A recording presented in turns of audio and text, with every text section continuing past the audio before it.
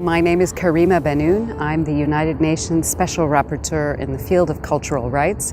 I'm also a professor of international law and human rights at the University of California, Davis School of Law.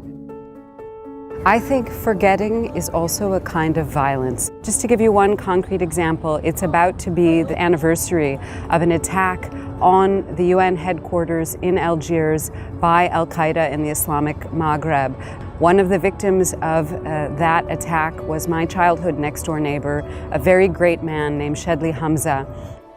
He worked as a consultant with UNDP and who had started a school as his sort of side project, his personal project. And when he was killed, not only did that do terrible harm to his family, but also to all of the children in his school. He is not a statistic, he's a person, he's a victim of terrorism, and he deserves for us to remember him and all the other victims of that attack and all the others, unfortunately, that continue to happen.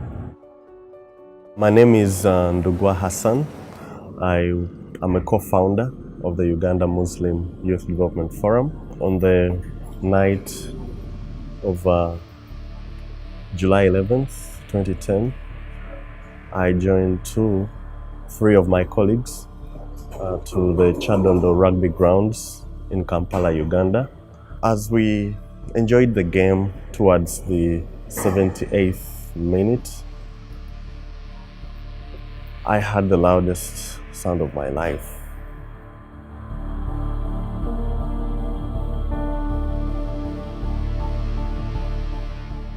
As I saw people starting to run for their life, another blast went off, and that was targeted towards the exit. As people rushed out, I realized this is now serious. This is a bomb blast. So I started running as well for my life. I'm Laura Dolci, and I'm Italian. I work in Geneva right now at the UN Office for Human Rights. On the 19th of August 2003, I lost my husband, who was killed in the attack against the UN headquarters in Baghdad. On that day, I lost my partner, a dear colleague, and I lost the father of our baby child. I lost a piece of me on that day. Terrorism, as a fundamental component and raison d'être, has the intent to create fear.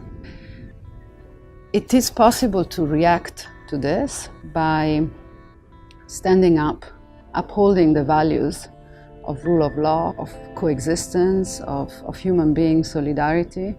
And in there, I think states and the United Nations and the communities have a role to play. If you address the issue of victims and resilience of victims, families, and communities, you are, in a sense, voiding the message of fear. Victims of terrorism voices are very important. These are people who provide a human face to terrorism. And if they're given a platform to share these voices, to amplify these voices, I think it's one way of providing that counter-narrative against violent extremism, but also trying to delegitimize extremist ideology.